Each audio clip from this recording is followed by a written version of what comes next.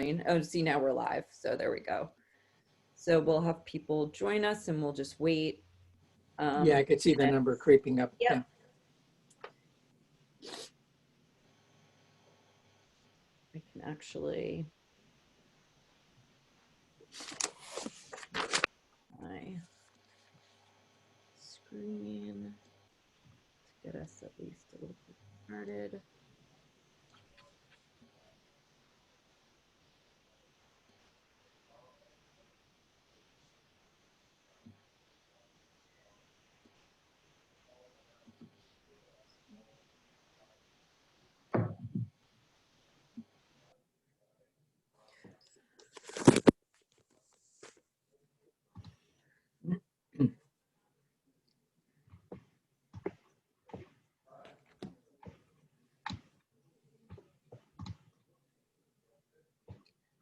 Welcome, George and David.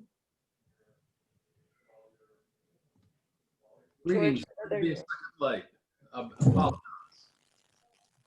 Hello. Hello. Thank you. Good to be here. Welcome from Everybody. Talladega. David.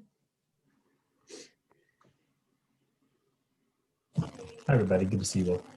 Yeah. David, what are you doing in Talladega?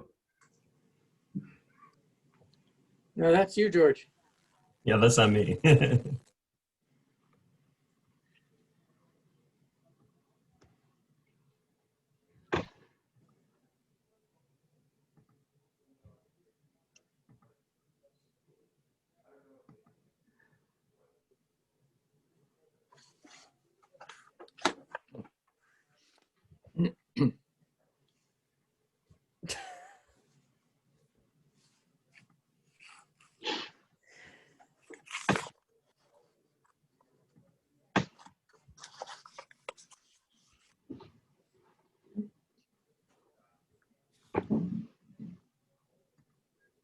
that there is.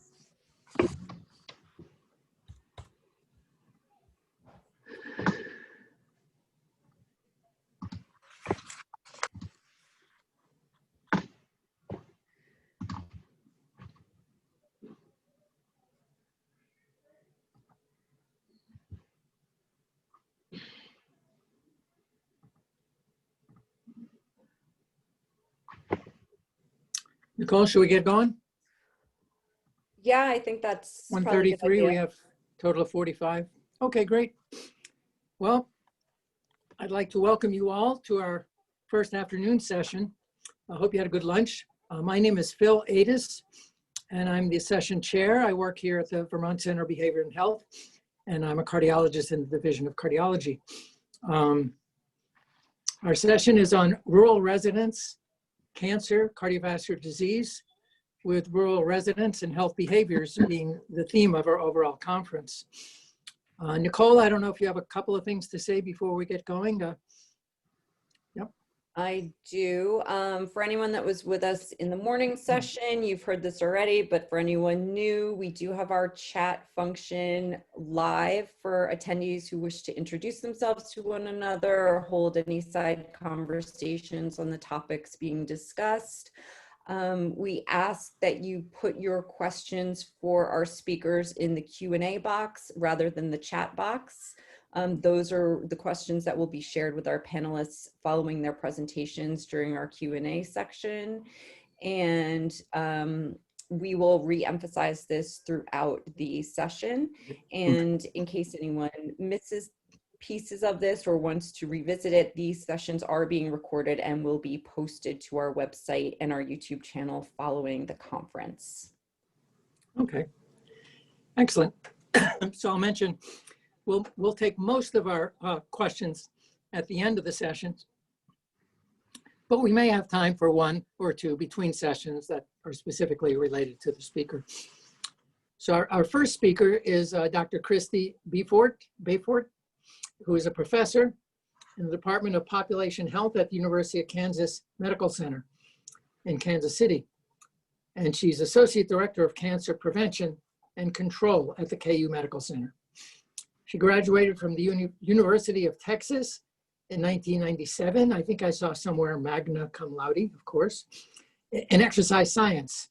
And she received her master's from Arizona State in 2002 in counseling psychology and her PhD from Colorado State in 2004. For the past 15 years, she has been conducting community-based research in the area of behavioral weight loss intervention and cancer prevention and survivorship. Her research has been funded by the National Cancer Institute, the American Cancer Society, and the Patient-Centered Outcome Research Institute, with a recent focus on a large pragmatic randomized trial examining 3 models of care delivery for treating obesity in 36 rural primary care practices. Dr. Befort serves on the NIH Psychosocial Risk and Disease Prevention Study section and is an active member and advocate for promoting diversity with a particular focus on gender. Thank you very much for joining us, Christie. Sure. Thank you, Phil. Okay, so I'm happy to share with you about our work looking at the role of obesity in rural-urban cancer disparities. So I'll talk a little bit about that and then share some of the intervention studies that we have done. And I have nothing to disclose.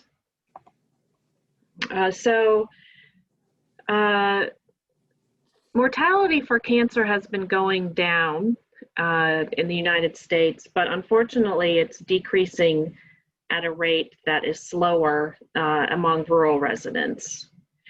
And part of this has to do with the access to care, quality of care that is received for cancer patients. Only 6% of oncologists serve rural residents, even though it makes up nearly 20% of our population. But part of it also is related to preventable factors, whether that's lower screening rates, higher rates of tobacco use, but including higher rates of obesity. 13 cancers have been linked to obesity, and the diagnosis of these cancers includes the GI cancers, as well as breast, endometrial, and ovarian for women, and prostate for men. And large cohort studies, including the Cancer Prevention 2 study, have estimated that about 20% of cancer in women is attributable to obesity and 14% in men. Obesity also plays a role at the time of cancer diagnosis in impacting risk for recurrence for 7 cancer types, including 3 of the top cancers: breast, prostate, and colon. The Institute of Medicine put on a workshop a couple years ago, really trying to push the envelope on needing to better integrate weight management services into the cancer care continuum. And they included an emphasis on special populations that included rural, fortunately. So I think most folks know that there is an obesity disparity among rural-urban residents. This is shown across different data sets, including objectively measured and self-reported. And a more recent analysis of this that came out in JAMA in 2018 showed that severe obesity, a BMI over 40, is increasing at a rate 3 times greater in rural versus urban counties. So it doesn't look like this is going away anytime soon. The gradient is one along a continuum, so the more rural, the higher the prevalence of obesity. And then of course, rural is not one size fits all, but it does appear to hold up across different regions. This is BRFIS data, except for the West among women, where there doesn't seem to be a rural-urban disparity like we see in the other regions. And some of this is due to simple differences in demographic makeup. So some of it can be accounted for by the fact that rural residents are older and on average have lower socioeconomic status. but not all of it. Some of it is definitely tied to place of residence. And so we think about, what are the aspects of the rural environment, issues with access or cultural patterns that influence the energy balance of individuals that lead to obesity. And the question about physical activity is really not very simple for a variety of different reasons, including how rural is defined and what region you're looking at and so forth. But also it depends on the type of physical activity that you're measuring.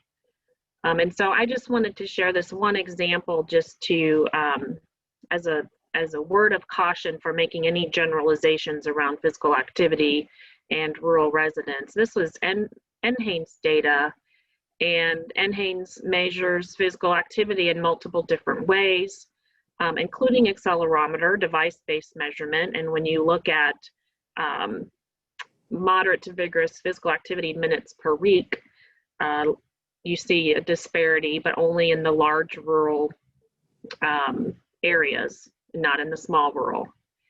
If you look at, and this is all from the same sample, if you look at their measure of leisure time physical activities, a checklist, this would be more what we're typically looking for in our self-report measures, you don't see any difference.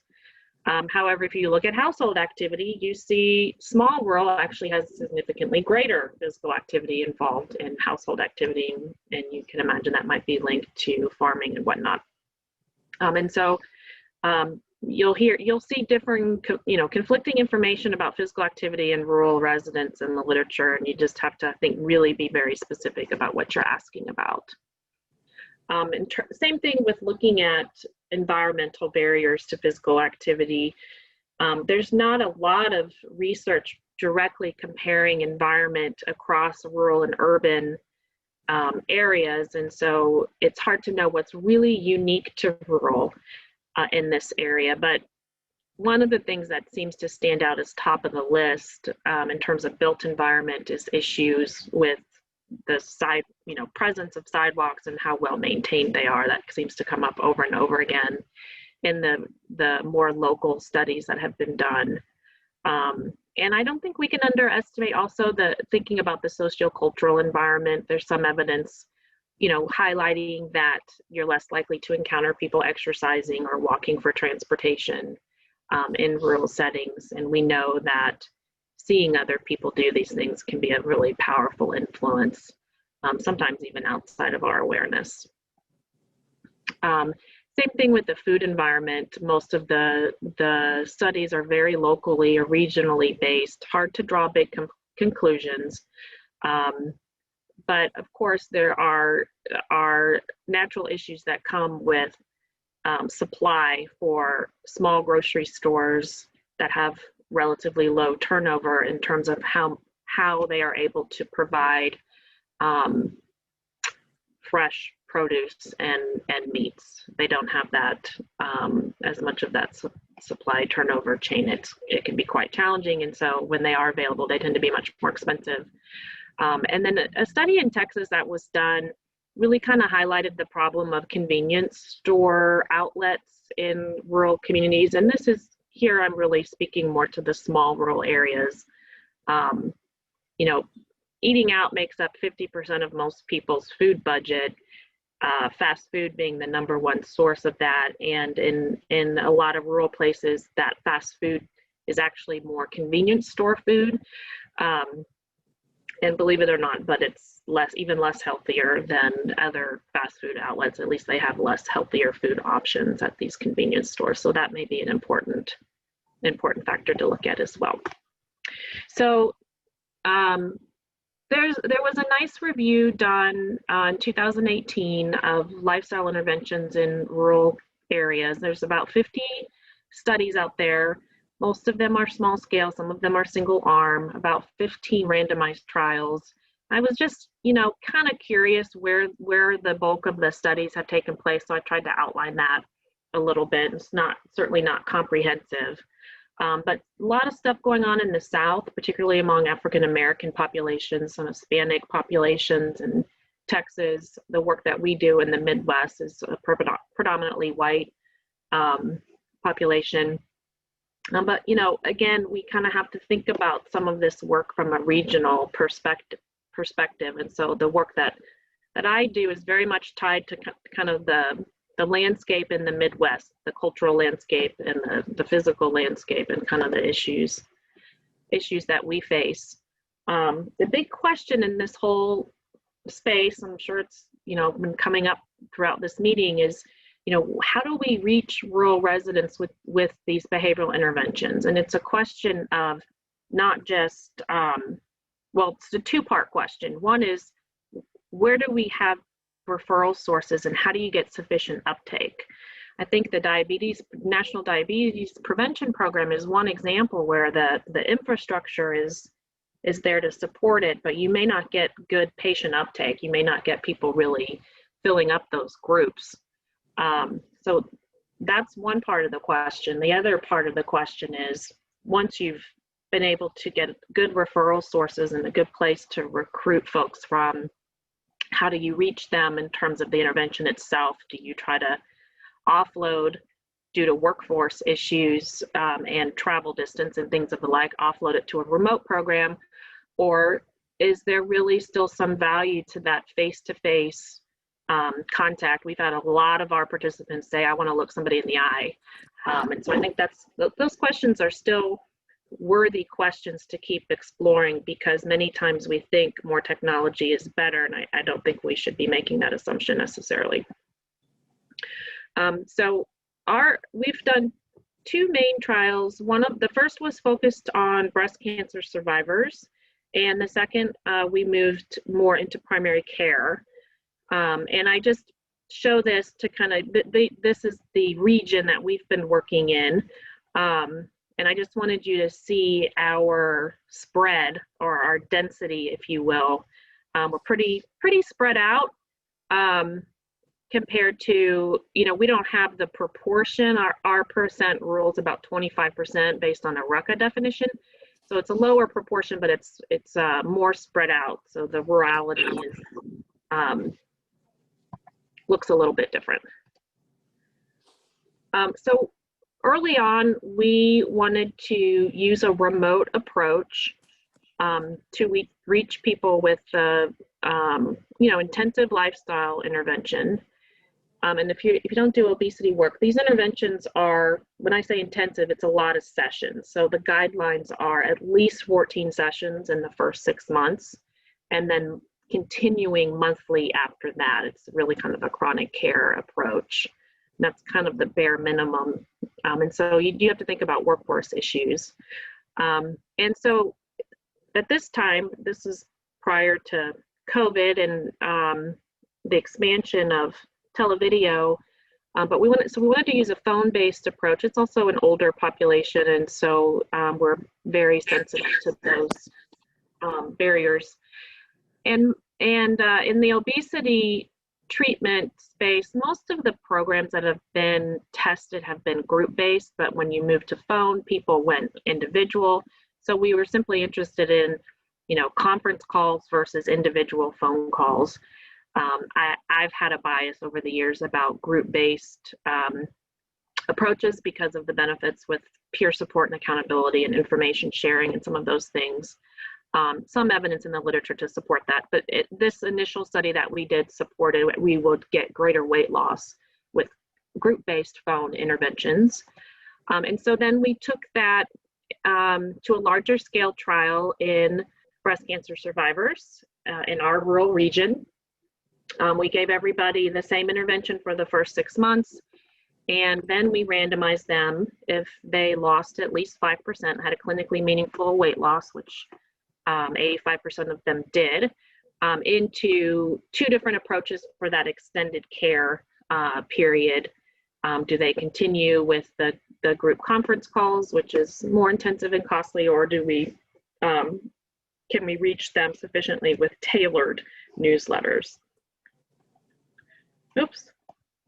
So this is the cancer center sites that we worked with, 9 of them. And these sites referred patients. My team traveled to these locations to do all the data collection, and we used their facilities. But other than that, it was not a clinically integrated service. It was kind of a referral out model and just using facilities for the study-related visits. When we looked at the initial kind of analysis of reach in terms of how do we fill up these kinds of programs, we used, referrals and mailings, and the vast majority were recruited through the mailing. Now, the mailing came from the local oncologist, which helps, but we had very few patients coming into the study directly from a physician referral. And so, and because the intervention was not really integrated into their cancer care or follow-up care, there was a little bit of a gap there. We had really wonderful weight loss results in this study. Some of this was driven by the dietary approach. Some of it was definitely related to the effectiveness of this group phone-based approach in terms of our cohesiveness and what we were hearing from the women about what was so helpful about it, and the continued use of the conference calls during the maintenance phase did help somewhat reduce the amount of regain. This is the typical pattern in obesity work, is this check mark, and the goal really being to try to flatten that out as much as possible. But when we looked at the proportion that remained below 5% of their baseline weight, the clinical threshold, we had 75% in the group conference call arm compared to 58% in the newsletter comparison at 18 months. So that was, both arms did well, but the continued conference calls did show superior maintenance effects. So from this study, we concluded that this approach works well to engage women. We had really great attendance, particularly initially, but still above average from what you see in the literature during the maintenance phase. But the integration into the oncology care and trying to get providers to actually refer patients was clearly an opportunity for improvement. And so given that, and also in light of the reality that we're not even doing this very well in primary care, I started to think about what is the best setting to try to answer some of these integration questions. And so thinking more about primary care, and the treatment guidelines and then the recommendations from the U.S. Preventive Services Task Force have been out for quite a while. They were reinforced in 2018. AMA declared obesity a chronic disease, and I think I don't remember the exact year, it was in the last 10 years. We came out, all the professional societies came out with obesity management competencies for the first time in 2017. So all these things are kind of happening. Medicare decided to cover it, billing, being able to bill based on a BMI diagnosis, but it hasn't really helped that much yet. We still kind of are behind in really treating obesity as a chronic disease.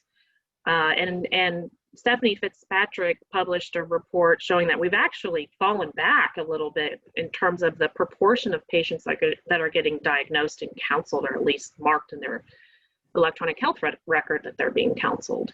And so, looking at things like the training gap, there's still variable insurance coverage. There's still a lot of room for improvement here.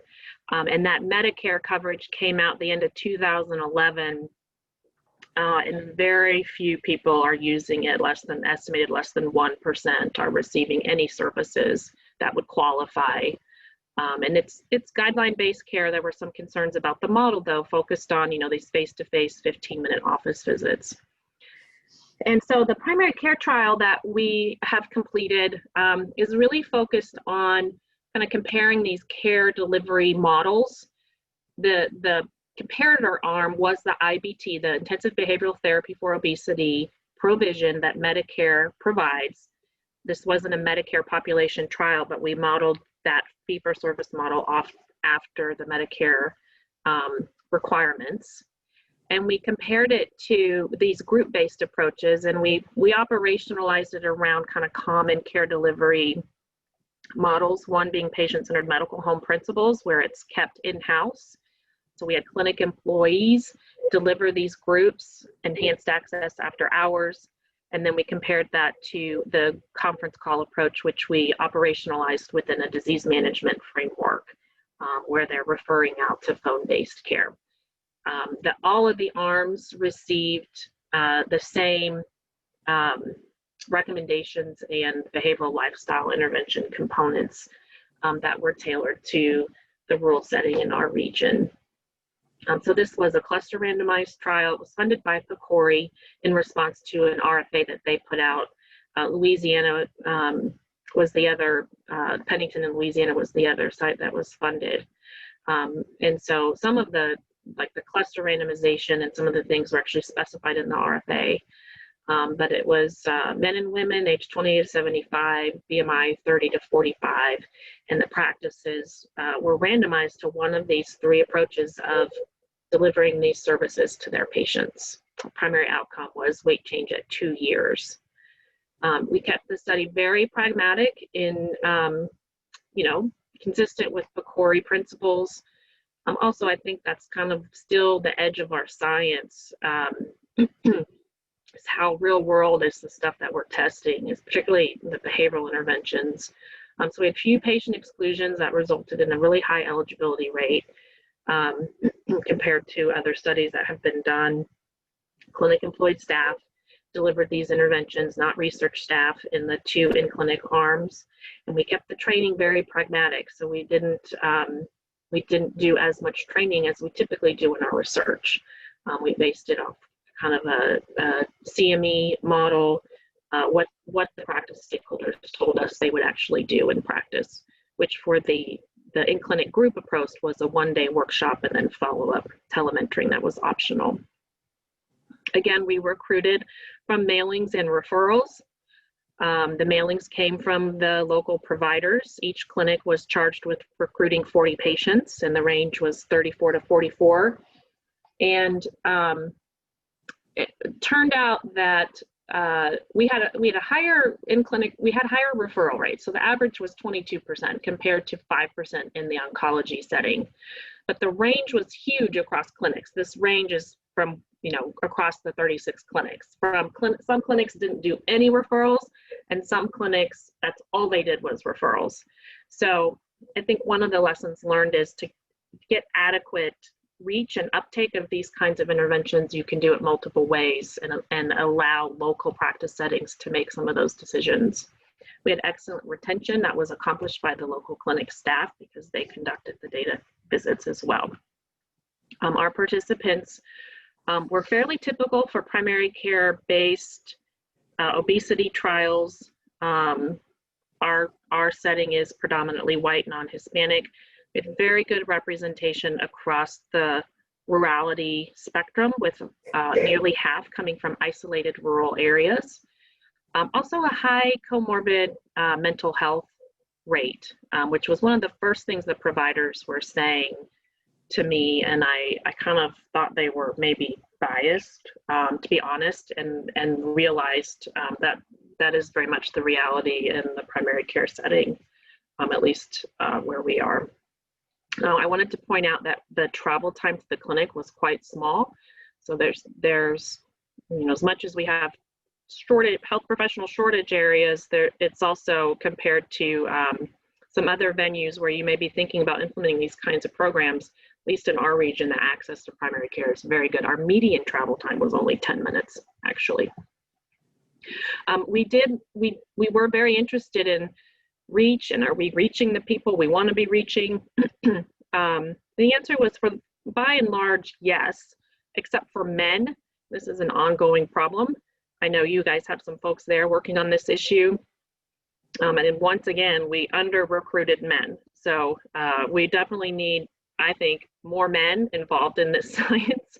We tends to be pretty female dominated on the researcher side. And that might be part of the problem. I don't know, but we still have a long ways to go to really get adequate uptake of men into some of these programs. lots of stakeholder and patient advisory board involvement in this trial. Our sites were spread out over quite a ways. I really promote this reflection piece that our patient advisory board published in Annals of Family Medicine this year, that really talks about their experience and what it's like going to the doctor, somebody with obesity. And I've been doing this work for a long time, and some of the things that they said really brought tears to my eyes. So I like to promote that paper. Just a couple final points in terms of opportunities and challenges. I think multiple referral rates or referral approaches work quite well, and there's a lot of promising indication that these kinds of services in primary care will get adequate uptake by patients. So we need to do some things about getting men involved. I think we need to rethink the travel burden. And I can say more about that if people have questions, but we've got some signals that the travel burden may not be as high as we assume that it is sometimes. And then, you know, in this field, we still need more innovative and uniform payment models in order to get this stuff really implemented and sustained. And now we need to start thinking more about telemedicine in this day and age. So I will end there. Great. Thank you, Christie. I don't see any questions yet, so we may come back with the question and answer. I might start with one question because I know it's a bit of an issue locally. Do you think the data are so strong after breast cancer that overweight, obese women should all be referred for behavioral weight loss? And then if your answer is yes, what if you don't have a university-based program nearby? Are there national organizations you would prefer over others, such as Weight Watchers and so forth? Did you get that? I saw you were coughing. That's okay. I think that's a really good question. I know it's something that we really need to think about, particularly when you have to think about timing, you know, and when that referral is made, and what people are dealing with in terms of effects from treatment and safety issues. We don't think there's major safety issues, but is it better to send patients over to, for example, rehab and let them make the referral, or can you send the referral directly, you know, just blanket, like you said, everybody gets referred? I don't think we have the answer to that, and it is not like smoking cessation where we have, you know, the services available universally where you can call quit lines and whatnot. So there's still a pretty big gap there for cancer survivors. Okay, great. Thank you. I think we'll move along, but of course, if there are questions, we'll address them at the end. So thank you very much for an excellent talk. And we'll move on to our second session. And the speaker will be Brian Sprague, here from the University of Vermont. You know him well. And his topic will be breast cancer control in rural settings. Brian Sprague is a cancer epidemiologist and associate professor in the Department of Surgery here at the University of Vermont. He received his bachelor's degree from Cornell University in 1999, his master's in biomedical engineering from the University of Minnesota, and his PhD from the University of Wisconsin, I think in epidemiology, where he did his postdoctoral fellowship through 2010 when he came to UVM. He leads the Vermont Breast Cancer Surveillance System, a research program that collects integrated patient, radiology, pathology, and outcomes data associated with breast imaging at all radiology facilities in the state of Vermont. He's currently PI of a National Cancer Institute funded study investigating supplemental ultrasound screening strategies and molecular characterization of screen-detected breast cancers. He's co-leader of a cancer control and population health sciences program within the UVM Cancer Center, and is the senior epidemiologist in the Vermont Center of Behavioral Health. I'm proud to say he was originally a project director on our COBRA grant and he's now a more senior investigator. At his young age, he has over 150 peer-reviewed publications. Thank you for joining us, Brian. Thank you very much, Bill. Hope everyone can see my screen and hear me well. It's great to be here today. I'm going to try to talk about breast cancer control in rural settings, which is a broad topic. So I'll try to provide a bit of an overview and then talk more specifically about some work we've done here in Vermont to study this topic, and also some national collaborative studies that I've been a part of. No disclosures to report. And as Phil said, I'm a cancer epidemiologist, so I like to start with kind of the basic stats as we think about urban versus rural disparities of cancer. And Christie showed some of these statistics in her presentation. But just taking the big picture view, when we look at cancer incidence rates for all cancer sites, all organ sites combined, we can see that urban areas have slightly higher incidence rates of cancer compared to rural areas.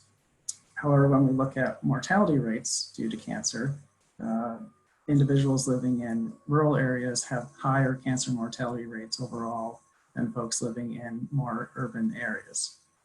And so this is all cancer sites combined. And of course, as you can imagine, we see different patterns for different specific cancer sites. Lung cancer kind of may follow kind of a more expected pattern in statistics where we see higher incidence rates and higher cancer mortality rates for lung cancer. So we're, especially in this group, we're familiar with higher smoking rates in rural areas, which is not surprising then to see higher incidence of lung cancer and higher lung cancer mortality. And this might be kind of a more typical view of disease burden in urban versus rural areas. Breast cancer is a little more unique in that women living in urban areas actually have substantially higher incidence of breast cancer compared to women living in rural areas. And this is not completely understood why this is, but it's thought to be due to differences in reproductive risk factors for breast cancer. So things like age at first pregnancy, number of children, and duration of breastfeeding are breast cancer risk factors that differ and are associated with higher socioeconomic status and are associated with higher incidence rates. In addition to that, there's some thought that screening utilization, so mammography screening, could lead to enhanced or increased breast cancer incidence in urban areas. And I'll talk in some more detail about this later. There's evidence that screening rates are somewhat higher in urban areas. And we know that breast cancer screening can detect more cancers than would ultimately present symptomatically in the absence of screening. So this concept of overdiagnosis. So elevated cancer screening rates could also be contributing to higher breast cancer incidence in urban areas. But despite the lower breast cancer incidence in rural areas, we do see that the death rate from breast cancer is actually comparable in rural areas, if not higher than experienced in more urbanized areas. So this is a bit of a conundrum, as you would expect with higher incidence, you would see higher mortality. So the difference in that reflects differences in breast cancer survival.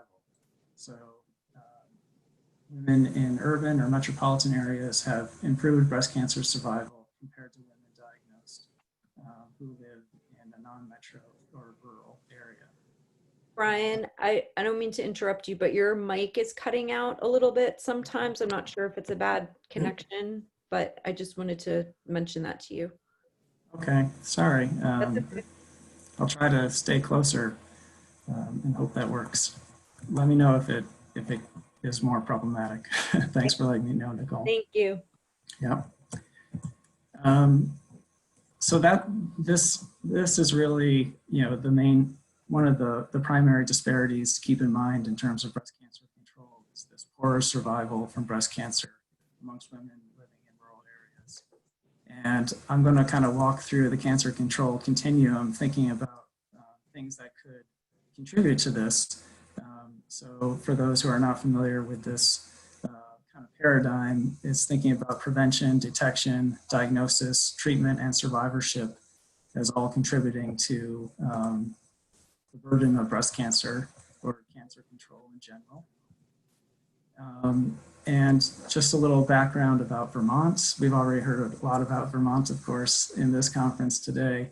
And there's many ways to classify rurality, but at least by this definition, Vermont is one of the most rural states in the country, in that 61% of its population lives in rural areas, putting it second only to Maine in the United States. So you can see on the map, most of the towns in Vermont are classified as rural, and we have very few urban centers in the state, and those that are in the state are quite small. The female population of Vermont is about 240,000 adults, and there's about 500 breast cancers diagnosed every year in Vermont. And just like observed nationally, we see this disparity in breast cancer survival in Vermont. So women living in isolated rural areas of Vermont have a 44% increased rate of breast cancer death compared to women living in urban areas among women who have been diagnosed. So again, this survival disparity. And just kind of to set the stage, I'm going to talk about some work that's come out of my research program, which we call the Vermont Breast Cancer Surveillance System that Phil mentioned. So this is essentially a statewide medical records registry for all women undergoing breast imaging at radiology facilities in Vermont. So I was very fortunate to come here about 10 years ago now and take over leading this registry that was established back in 1993 by my predecessors here, which has proven obviously to be quite valuable as time goes on and we accumulate longitudinal data. This registry is really a research operation, so we do the best we can to cobble together research grants from the National Cancer Institute and PCORI to keep data collection going as we pursue different research topics over time. And I just wanted to kind of describe the setup of this to give some context to the results I'll be showing. There are 15 breast imaging radiology facilities in the state of Vermont. All but the University of Vermont are community hospitals spread out around the state. There's 10 pathology facilities that interpret breast specimens.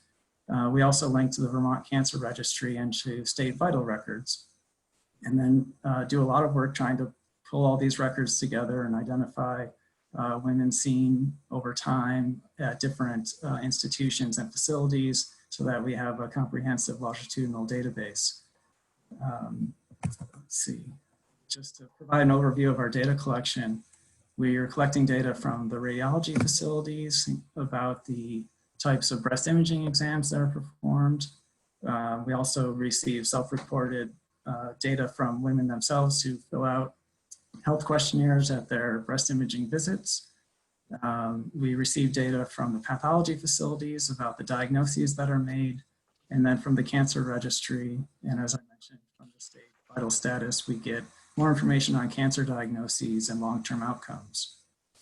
We also, on top of that, link to Medicare claims and use geospatial data from the United States Census to provide more contextual information about women undergoing breast imaging in the state. Our registry is part of a national consortium called the Breast Cancer Surveillance Consortium. I'll be showing some results from this group as well during my presentation. So it's a consortium of similar registries around the country collecting kind of comparable data as we are here in Vermont. And so it really creates a powerful system in which to investigate both, collectively our pooled data, but variation as well across the country and some of the patterns that are observed. Within that group, we've developed kind of a conceptual framework for thinking about breast cancer control, and much of our work is focused on early detection and mammography screening. So you'll see that's kind of overweighted in this perspective here, but I wanted to kind of emphasize that we see the screening process as a pretty broad continuum ranging from determining risk levels and promoting screening awareness, into the actual detection using screening mammography and diagnostic imaging that may be required after a positive screen, and referrals onto recommended biopsies and workup of those diagnoses, and ultimately onto treatment and survivorship. So that when you kind of dig into this, like many healthcare systems, there's a lot of transitions that have to occur, a lot of handoffs between different types of providers, and a lot of components to this process. So we've developed various process and outcome measures that we try to use to evaluate the success of the breast cancer screening process. So now I introduced the cancer control continuum. In the interest of time, I'm going to skip ahead to detection, given that the incidence rates of breast cancer are actually lower in rural areas. So thinking more about some of the areas where we might expect to see disparities, I'll start off with detection and thinking about access to screening and diagnostic imaging. So one kind of course, classic metric is the number of women participating in breast cancer screening. And we first started studying this back in 2009, or shortly after 2009. You can see an inflection point in these curves. And 2009 is the year the Preventative Services Task Force came out with their revised breast cancer screening recommendations, which were quite controversial at the time and continue to be controversial, given that they no longer recommended routine screening for women less than 50 years old, and they recommended biennial rather than annual screening for women ages 50 to 74. So there was, as I mentioned, a lot of controversy around this, and it was interesting to find that we not only saw declines in rates of screening amongst women in their 40s, but along with that, we saw an actual decline in screening for women ages 50 to 74, despite the fact that the task force continued to recommend screening at least every 2 years among that group. So we published on that back in 2013 or so, and now we've been updating that to continue to monitor it. And we've seen this continued troubling pattern of declining participation in screening among that age demographic, which really we don't have an explanation for, aside from the fact that screening's benefits have been questioned more widely in the media, and there's been more attention to screening's harms and limitations in terms of false positives and potential overdiagnosis. But of course, there could also be economic considerations in this in terms of health insurance coverage and access to care. So plenty of possible explanations, but certainly a troubling pattern towards lower participation in screening here in Vermont. And when you look at national studies, there's pretty good evidence that women living in rural areas have somewhat lower utilization of breast cancer than women in urban areas. It was kind of interesting to look into this. It wasn't as large of a difference as you might imagine, so really only 1 or 2 percentage points lower. There is certainly evidence that women living in, in counties with few or no mammography machines have lower screening rates. And I'll talk more about travel burden and access to care as we go forward, but certainly the availability of services is a determinant of utilization. So aside from actual utilization of screening, thinking about mammography performance. So unlike, say, like a blood test, interpreting a mammogram is a qualitative skill that's quite challenging when you think about it for radiologists who are reading thousands of screening mammograms, and out of 1,000 screening mammograms, only 4 or 5 will have a breast cancer there. So they're really looking for a needle in a haystack. And as you can imagine with that, we see variation in the performance of mammography when you think about sensitivity and specificity of the screening test across both facilities and We've measured that here in Vermont as well as nationally. So that raises the question of access to high quality mammography interpretation. Within the BCSC, the National Consortium, we've shown that mammographic accuracy is lower among general radiologists versus breast specialists. As one can imagine, radiologists who specialize in breast cancer and read mammograms all day, every day, tend to perform better than general radiologists. Similarly, those who read a higher volume of exams have better performance, and the more experience is also associated with better performance. We also know that many rural facilities are served by general radiologists, so there may be only 2 radiologists who serve the community hospital and have to take on all the image interpretation responsibilities at that center rather than focusing on breast imaging. Similarly, volume tends to be lower amongst rural physicians, and even some facilities have quite low numbers of mammograms per year, which creates challenges for high quality interpretation.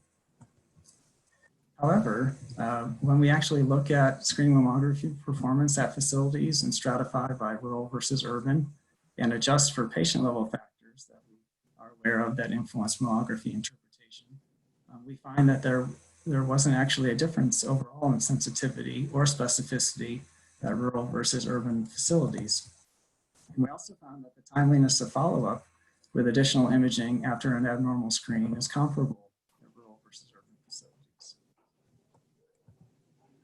However, looking at diagnostic mammography, so say a woman has a positive screen and goes on for diagnostic imaging, while the sensitivity of that diagnostic imaging is comparable at rural and urban facilities, we find poorer specificity at rural facilities, so higher false positive rates. And it's kind of thought that this is associated with, I guess it would be a lower tolerance for missed cancers at rural facilities. So there's a tendency to call back more of those exams for further investigation and biopsy. So following diagnostic mammography, the next transition is towards biopsy for women who have a positive finding on diagnostic imaging. So I'll talk about some challenges in this regard. And thinking first about the type of biopsy that's performed. So historically, surgical biopsy was typically performed to investigate a positive finding on mammography. And over time, that's been replaced with needle biopsy.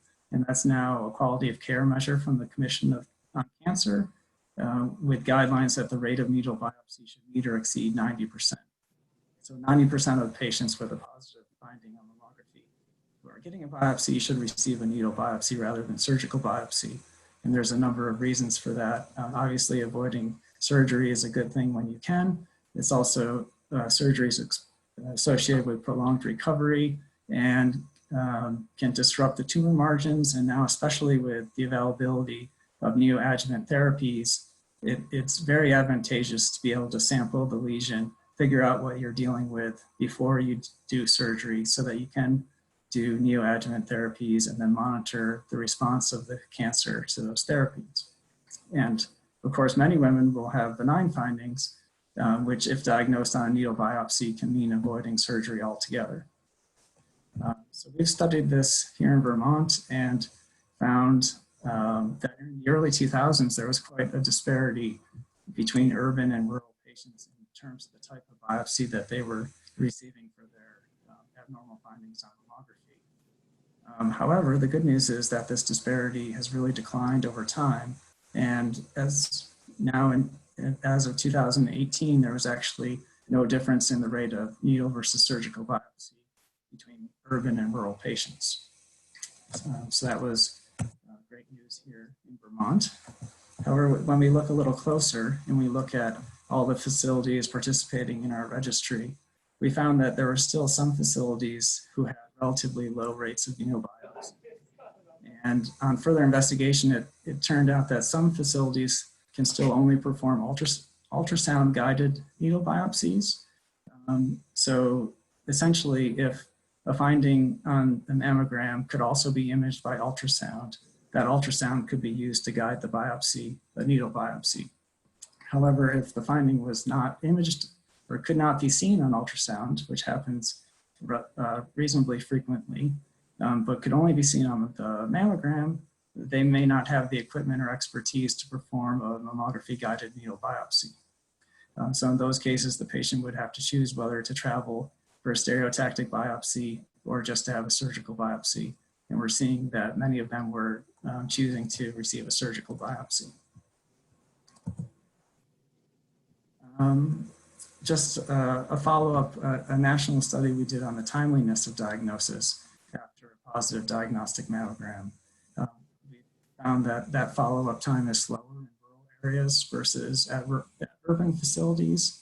And overall, women in rural areas were 5% less likely to actually follow through with any sort of biopsy.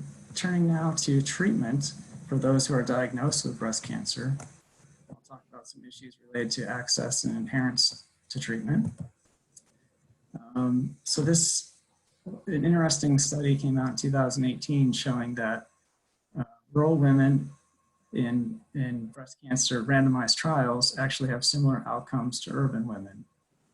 So this was presented as evidence that, so I showed earlier the disparity in survival, but when you try to equalize the access to care and the management of the patients as is done in a randomized trial, we see that, that rural patients have comparable survival.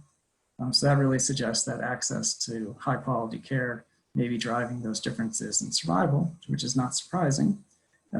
As I think Christie mentioned, there's big issues in terms of access to specialist physicians in rural versus urban areas. So less than 50% of cancer patients living in small and isolated rural areas have a medical or radiation oncologist within 30 miles of them, compared to over 98% of urban patients.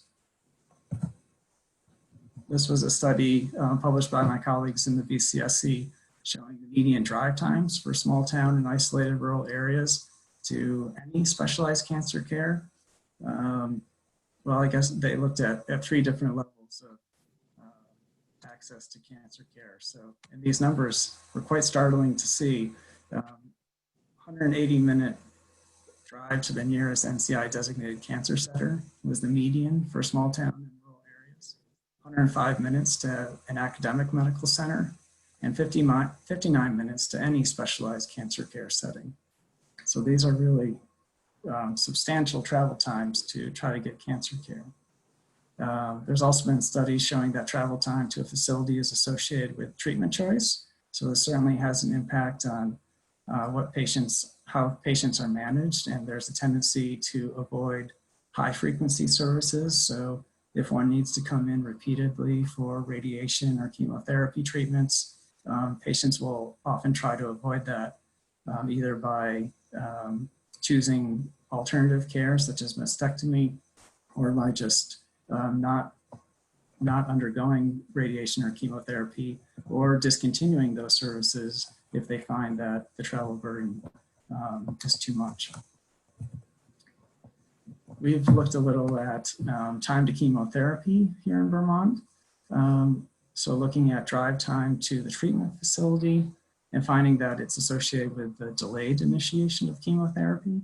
This was a collaboration with the Vermont Department of Health, where we used the Vermont Cancer Registry data and found that women who had to drive over an hour to a treatment facility tended to start their chemotherapy about 2 weeks later than those residents who lived close to a treatment facility. So to try to kind of summarize what I've been through here in this presentation, the way I think of it is that women in rural areas have a lower incidence of breast cancer, fairly comparable screening utilization, although a concerning decline over time in that utilization.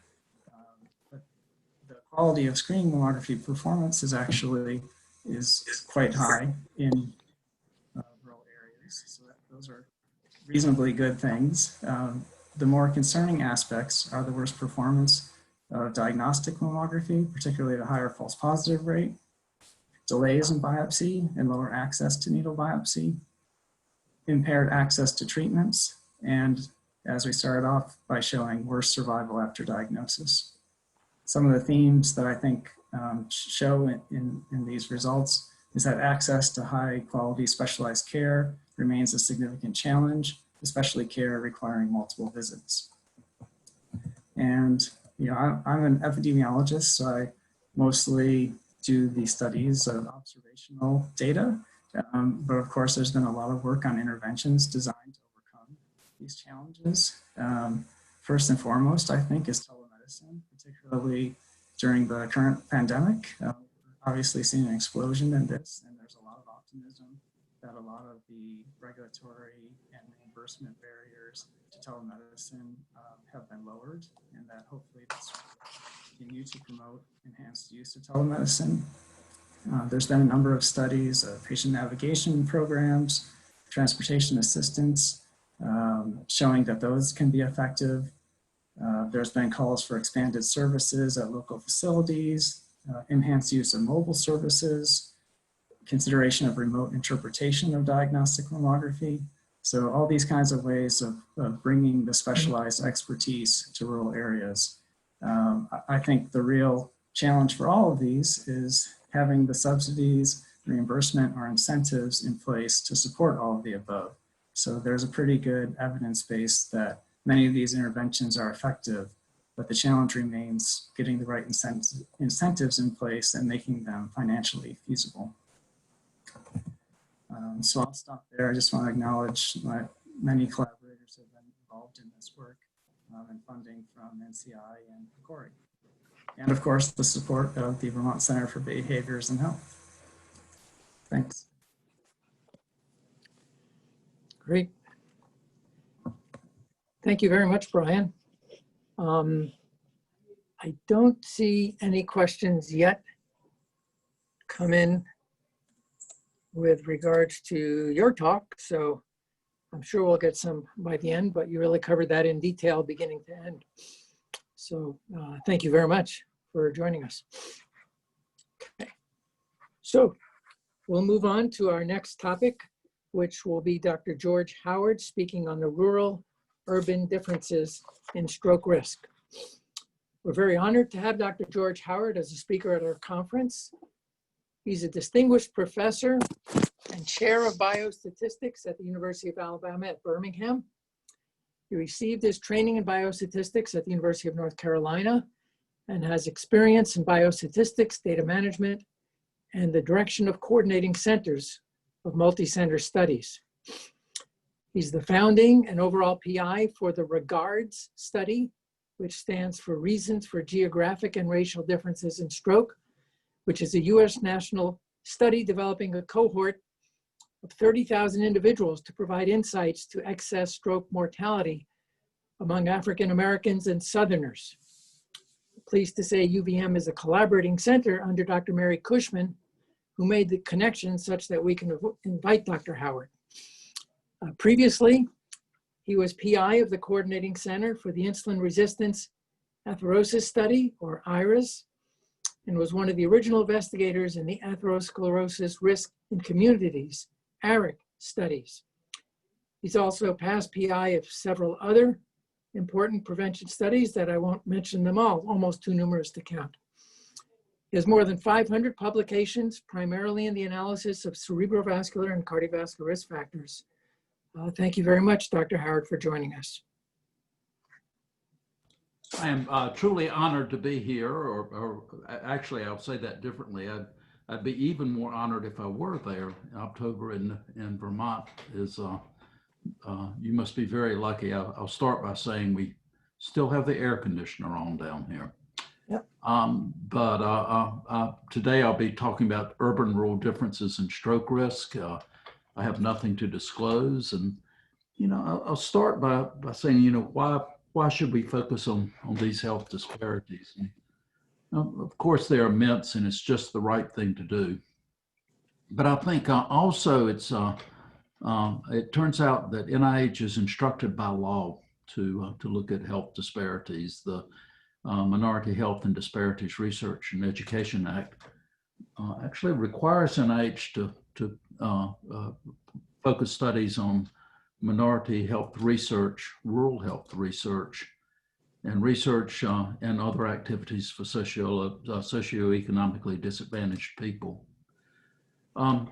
Also, Healthy Persons 2030, the guiding document for all of health and human services, among their 7 founding principles is achieving health and well-being by eliminating health disparities and achieving health equity. And one of their 5 overarching aims is tightly tied to that, to eliminate these health disparities and achieve health equity. And so not only is it the right thing to do, but it's something that NIH has to do. And of course, everyone on this entire conference is delighted to help them. Today, we're focusing on rural health and related activities. So if you look at temporal patterns in stroke mortality, this is the pattern of stroke mortality, death from stroke over the last 20 years, showing a truly remarkable 40% decline.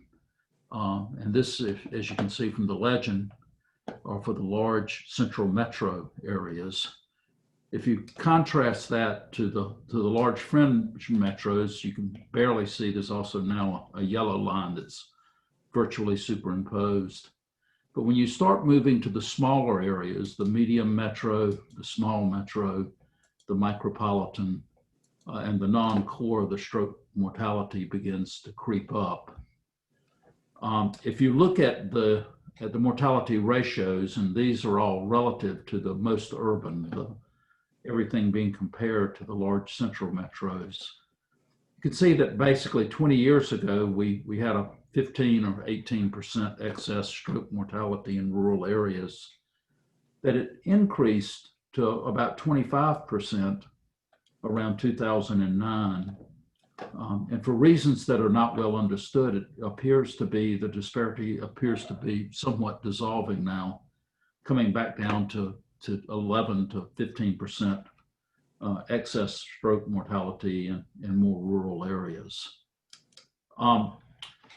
So that brings up the topic of if we're going to make changes, what do we know and what do we need to know? And at least in stroke, I'm so envious of my cancer colleagues who have cancer registries where incident disease is recorded. In stroke and heart disease, we're not lucky to have those registries, the national registries where incident disease is recorded. So actually what we do know is that there's an excess stroke mortality based on vital statistics, death certificate data. Of course, stroke mortality is stroke incidence times case fatality after stroke. In other words, the way that we could have a lot of deaths is either more people having stroke or more fatal strokes. And so really that raises the question, so for those in rural areas, is it that there's more stroke in the rural area, or is it more fatal, the case fatality higher in the rural areas, or is it some combination of those two things? And what does that have to do with targeting interventions? Of course, the reason to study disparities are to make changes, try to improve and reduce those disparities. Of course, if it is stroke incidence, if that's what's driving the disparity, then what we need to do is to focus on pre-stroke prevention in the general population. What can we do to have fewer stroke events occurring in the rural areas? Conversely, if case fatality is driving these disparities, then we need to focus on severity disparities and really how do we take better care of stroke patients in the hospital. And so understanding whether these disparities are driven by incidence or case fatality has a lot to do with where we should be thinking about making changes to reduce the disparity. The rest of the data for this talk are coming from the study that was referred to a little while ago, one that I'm honored to be part of, the reasons for geographic and racial differences in stroke. Just very, very briefly, this is a general population study with very diverse aims. but you know, just free range adults, you and me, random sample of adults. They were recruited through a combination of mail and telephone. 30,000 people were recruited. They're shown, you can see the distribution of where the people are from here on this map, with the red dots being white participants and the blue dots being African American. Basically, we wanted to recruit 50% of the people from the stroke belt, the 8 southern states down here that have extraordinarily high stroke mortality. And we wanted to get 50% African Americans. We ended up with 42% African Americans. It's still 12,656 absolutely wonderful African Americans who've been so gracious to participate in this study. The trick of regards is the question, do you have undiagnosed hypertension? It has always been a really ineffective research question. And somehow you have to lay hands on these people to be able to take their blood pressure and draw blood and take direct measurements. And the trick of regards is that we went and then performed an in-home visit in all of these participants' homes. And we did that by partnering with companies that do life insurance physicals that would send a nurse to the home of the participant. And in the home, we did a very brief physical, venipuncture, got blood and urine, which have ended up in the University of Vermont, ECGs that have ended up at Wake Forest University. And then we've been contacting these people every 6 months, originally just to find out if they had stroke events. But since then, a large number of other outcomes have been added, including, for example, venous thrombosis under Neil Sakai's leadership from the University of Vermont. We then, for all the suspected events, and this, by the way, is one of the particular strengths of the study, we retrieve the medical records, bring them back, and have them centrally adjudicated by a physician panel that includes at least one neurologist reviewing every chart. And basically, this study design allows both the measures of stroke incidence, what are the factors related to incidence, and also case fatality, because we can look to see who died following their incident stroke. And importantly, it's one of very, very few longitudinal cohort studies with data from rural areas. If you think about most of the other cohort studies, they tend to be based at tertiary medical centers in large urban areas. But as you can see in the map, this is basically simple random sampling with people drawn from all over the nation, including the rural areas. About 20% of the study is rural, which reflects, by the way, the 20% of the United States that's rural. And so basically using these data from regards, what I'd like to do today is to focus on 2 different questions. The first question is this idea of incidence versus case fatality? Is it more people having stroke in rural areas, or is it more higher case fatality in the rural areas? Cheating a little bit, what we will find when we is that it is the incidence.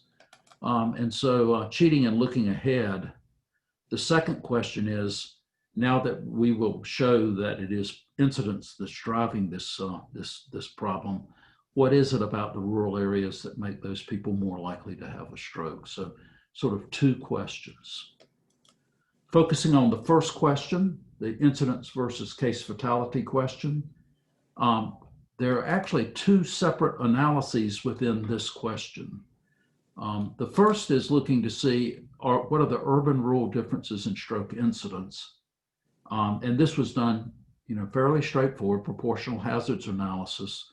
We're adjusting for age, race, sex, and very importantly, region, because it was interesting to hear about rural Vermont. Alabama has very rural areas too. And I dare say rural Vermont might not look exactly like rural Alabama. It could be considerable differences. And so we've also adjusted for region. The second question is case fatality. And so what we've done is take all of the incident strokes in regards and looked to see what was the death rate within 30 days of the occurrence of the stroke, and that was performed by logistic regression. All of these analyses adjusted for region, again, to allow contrasting urban-rural differences while removing the confounding of the higher stroke rates in the southern population. We don't want to show higher incidence in rural areas because there are more rural areas in the south and more stroke in the south, so removing that confounding. And in both cases, we've looked for interactions between age, race, sex, and included significant interaction terms. So here are the data really addressing the incidence. And so what we have is the hazard ratio for incident stroke in urban, large rural areas and small rural areas. And you can see compared to the urban area, which we've used as the reference, the risk of stroke is 23% higher in large rural areas and 30% higher in small rural areas. And if you remember, that's fairly reflective of the differences we saw in mortality, where we had about 25% differences in mortality in the mid-2000s when Regards was collecting data. The p-value for trend with higher stroke risk in more rural areas was clearly statistically significant. And so there seems to be little doubt that incidence of stroke is higher for people with rural residents. The second part of the question was the case fatality. So these are odds ratios now, and compared to the urban area, you can see that the large rural area or town had somewhat higher case fatality, but it was non-significant. The 95% confidence bounds still include one. And when we went to the small rural town, the risk was actually of dying after stroke was actually non-significantly lower, with the p-value for trend being non-significant. So there was no evidence that the case fatality of stroke was higher in the more rural areas. And so in terms of conclusion, it looks like, at least in our study, the urban-rural disparities in stroke seem to be driven more by differences in higher incidence in rural areas, with case fatality playing a more minor role. And again, the implication of this is that if we want to make changes to reduce this disparity, it really means that we need to focus on community-based efforts to reduce the stroke risk in rural areas, more than improve stroke care in rural areas. The knee jerk is to think there's better hospital, better care in the urban areas, but that doesn't seem to be driving the differences in stroke risk. But if that's so, if what's going on is that there are higher stroke risk in the rural areas, then what are the contributors to that higher stroke incidence in rural areas, which of course is the second question that we want to ask in these data. So here what we're looking for is what are the apparent contributors to the excess stroke risk in the rural areas. The general approach is we start by considering, at least in the first pass that I'll be presenting today, risk factors and socioeconomic status factors that we already know are strongly associated with stroke. Specifically for the risk factors, we'll be looking at the Framingham stroke risk factors, where there are literally decades of evidence that these are powerful factors, or factors powerfully associated with stroke risk. And also socioeconomic status factors where the evidence is just overwhelming that income and education are strongly related to stroke risk. And then what we're going to do is to look to see if these same factors have a worse profile in rural areas. In other words, hypertension, the most potent or the risk factor with the highest population attributable risk for stroke, or is the prevalence of hypertension higher in rural areas? And then what we're going to do in the final step is adjust for these risk factors and see if that attenuates, if it makes the magnitude of the estimated rural excess risk in the incidence of stroke smaller. And this, of course, is the mediation analysis, which is very popular today to try to look at the causality of these different factors. And again, the risk factors include the Framingham stroke risk factors, hypertension, diabetes, cigarette smoking, atrial fib, left ventricular hypertrophy, and heart disease. And the socioeconomic status factors we'll be looking at are having a household income less than $35,000, having a high school education or less, and also neighborhood socioeconomic status. All of these things are well defined. A lot of people might say, what is this? And so what we're doing is using a really fairly traditional index for neighborhood socioeconomic status that includes measures of the median household income and the median value of the house. And you can see the other things that are on it here. This is a fairly standard index that was originally proposed by Ades and has been widely used in a lot of settings. So what do the results look like? To begin with, are the stroke risk factors, is the profile of these risk factors heavier in rural areas? And so we'll be contrasting the prevalence in urban areas, again, large cities and towns in rural areas and small towns or isolated areas. So if you look at height, and again, what we'll be doing is calculating the odds of a prevalent condition after adjustment for age, race, sex, and geographic region. And what we're looking for is a dose-response relationship with a higher incidence, beg your pardon, higher prevalence in the more rural areas. And so if we look at hypertension, you can see compared to the urban area, 23% higher prevalence of hypertension in large rural areas and 25% higher prevalence in small rural areas. And so again, that nice dose relationship with higher hypertension, perhaps going back to the, well, let me point out the same thing happens with diabetes. And of course, both hypertension and diabetes, the largest risk factor for these are the obesity that was discussed in the first talk, and this very likely could just be driven by the greater obesity in rural areas. At least in our data, there were not higher incidence of smoking as suggested in the second presentation, nor were there a significant pattern for AFib. However, LVH and heart disease both did show this increasing pattern with greater burden of the risk factor in rural areas. And so, gee, this looks promising because we know these factors are risk factors for stroke. And what this is suggesting is even after adjustment for age and race and sex and other factors, the risk factor profile is worse in the rural areas.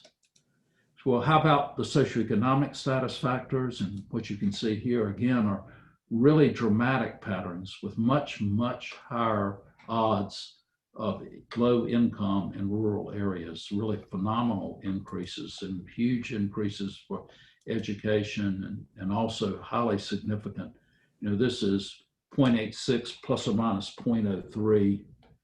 This is minus 1.56 plus or minus 0.11. So hugely significant differences with lower socioeconomic status in the rural areas. And so, gee, this looks even more promising to be a potential mediating factor of the urban-rural differences in stroke incidence.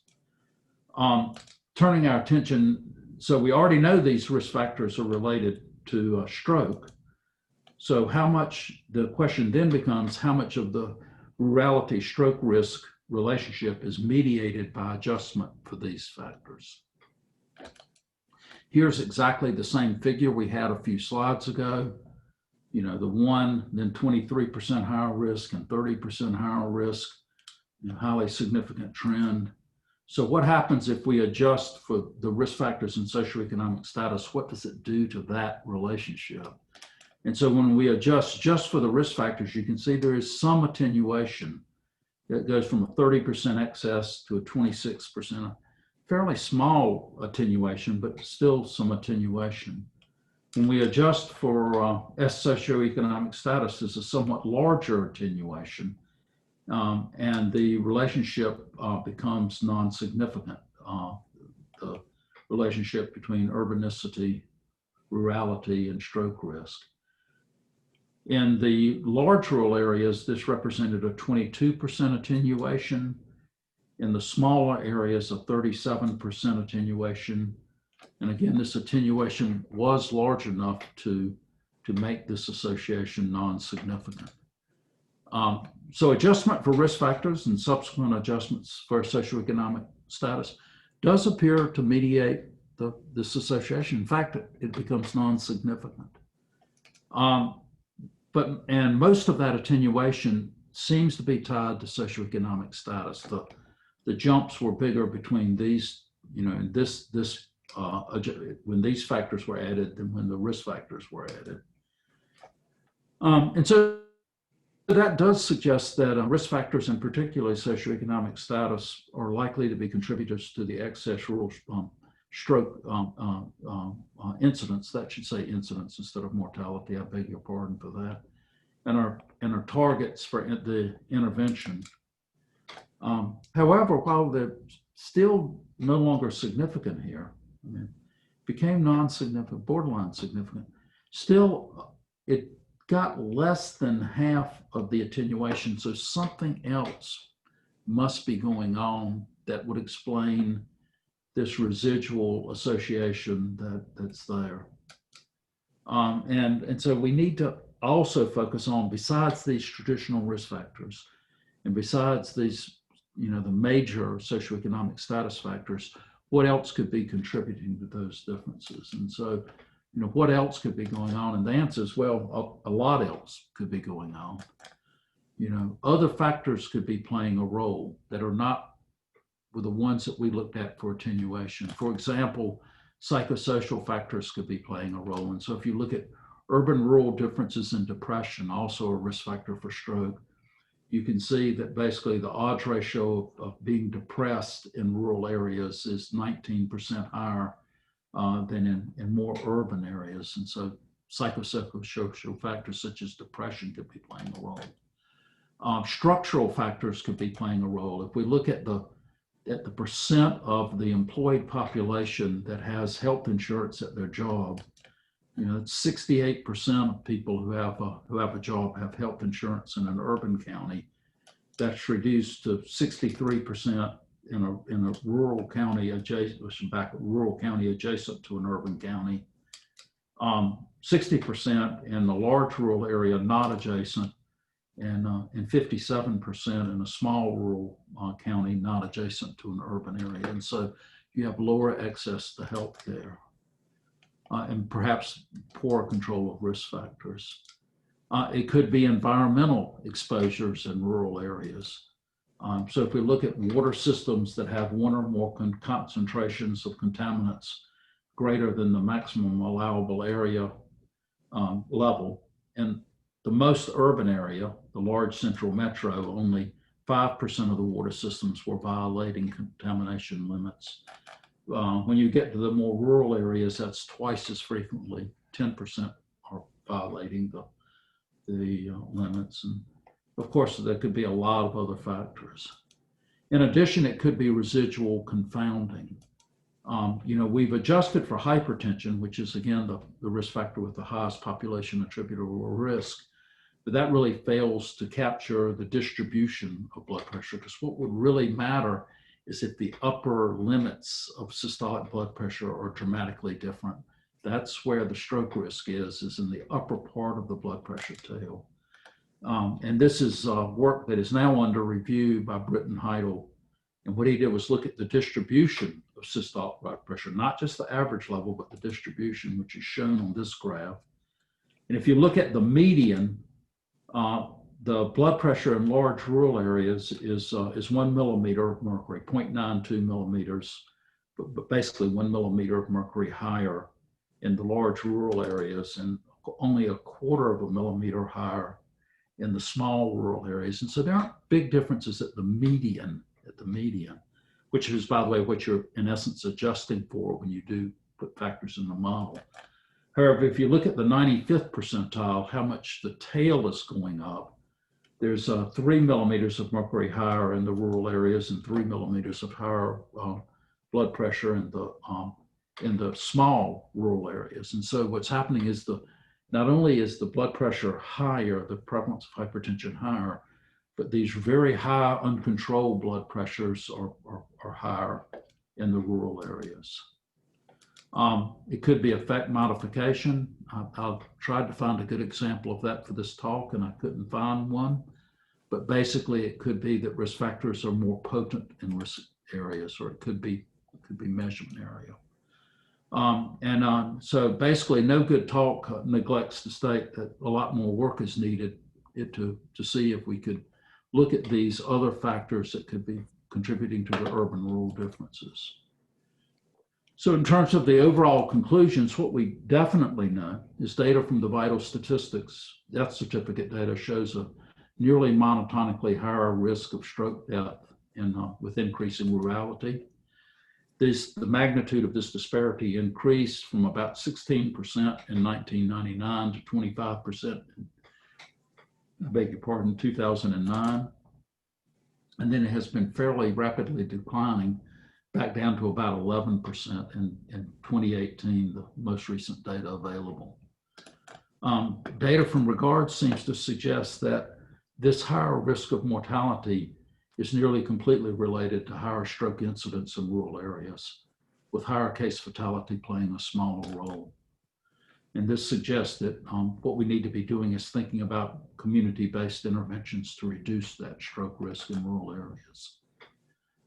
There's a heavier risk factor burden and a poor socioeconomic status profile, and that seems to be contributing about 25 to 35% of this excess risk in stroke incidence. And these are clearly targets for interventions to try to reduce the urban-rural disparity. That implies that the factors that are driving the remaining 65 to 75%, are not well understood, and we need to make that same statement about more work being needed. I'll close by saying that one of the strengths of REGARDS is that we truly welcome others to work in our data. Our cancer colleagues who've spoken before, we have a cancer working group, and we have some cancer outcomes, and would love to partner with you to see what you could learn in our data. Our study is supported by a cooperative agreement with NDS, the Neurological Institute, and the National Institute of Aging. Of course, we thank the investigators, staff, but most of all the participants in these studies, who are the real heroes and heroines. While I've been speaking, these large studies are a team sport. And as said earlier, the team includes our very valued and dear friends and colleagues from the University of Vermont under the leadership of Mary Cushman. Picture of the investigative team at the recent meeting at the University of Vermont, and the staff of the study here at UAB who try to keep the coordinating center running. And with that, I'll stand for any questions or wait until the time afterwards as Phil sees best. Great. Excellent. And thanks very much, George. I don't see any questions in yet, but please do put in your questions using the Q&A tab. Thanks for that really interesting talk. And it's great that we're a part of the terrific work you do. Okay, so our next speaker, before which we'll have our question and answer period, is David Schopfer, who's a non-invasive cardiologist and now a medical officer at the National Heart and Lung Blood Institute in the Division of Cardiovascular Sciences in the Atherothrombosis and Coronary Artery Disease branch. Dr. Schopfer received his bachelor's in science in biochemistry from Boston College, his MD from Chicago Medical School, now called the Rosalind Franklin University of Medicine, and his master's degree in clinical research from the University of California, San Francisco, where I came to be familiar with his work. He trained in internal medicine at Boston University Medical Center and cardiovascular medicine at the University of Illinois at Chicago. followed by postdoctoral work at the San Francisco VA healthcare system and UCSF. Prior to joining NHLBI, he was assistant professor at University of California, San Francisco, where his work focused on the utilization of cardiac rehabilitation services, particularly in the VA system, which prior to him pretty much had no cardiac rehabilitation services. He received the Young Investigator Award from the American Association of Cardiovascular Pulmonary Rehabilitation in 2013, and he was awarded a K23 award in 2018 on home-based cardiac rehabilitation. So thanks again very much, David, for joining us, and you will speak on rural and urban differences in cardiac prevention. Thank you for the introduction, Dr. Ades. I appreciate it. So I'll go ahead. I have no financial disclosures. So today I'm going to talk a little bit about how rural health disparities relate to chronic heart disease, talk a little bit about the epidemiology and some of the factors that we believe contribute, and probably touch on a lot of things that some of the previous speakers have been speaking on, so I won't belabor those points because I think they've been addressed, many have been addressed really well. But then I'm going to focus a little bit on coronary artery disease management, some of the issues that are unique to rural patients, and then touch on cardiac rehabilitation specifically, kind of as an example to go into a little more depth on, and because it's near and dear to my heart, and then just kind of close with just some thoughts on kind of future directions and our opportunities. So certainly the time to act is now. This is a very timely topic of discussion. Just earlier this year, the American Heart Association had a presidential advisory come out with a call to action to really focus on rural health. And pulled out one quote from that, just a call to action for the AHA and other stakeholders to make rural populations really a priority in programming, which is what this meeting is doing, but as well as research and policy. And so it's a nice background on which all this is happening. So start first about some cardiovascular health in rural communities. There is higher prevalence of heart disease among rural communities, 14.2%, down to about a little less than 10% among urban dwellers. In particular, there are higher death rates due to cardiovascular disease, and they seem to be declining more rapidly among the urban population than they are in the rural population. And at the moment, we're kind of hitting a bit of a plateau in our improvements in this as well. And coronary heart disease specifically has higher deaths among rural communities. Also, rural women actually have higher maternal mortality rates, and this in particular seems to be driven by an increase in cardiovascular deaths, specifically in the peripartum period. So it's really touching a wide range, both young and old. So thinking about major causes of these poor outcomes. So some of the things that have been previously mentioned here and that have been previously identified in work, kind of can get broken down into some of these nice categories to think about. And I always certainly tend to think about these individual and traditional risk factors first, with physical activity, diabetes, obesity, hypertension, et cetera, that have been talked about today. But also mental health and substance abuse is actually worsening more quickly in rural communities, and that is increasingly being recognized as a major risk factor for adverse cardiovascular outcomes. It's also social determinants of health, and there's a wide range of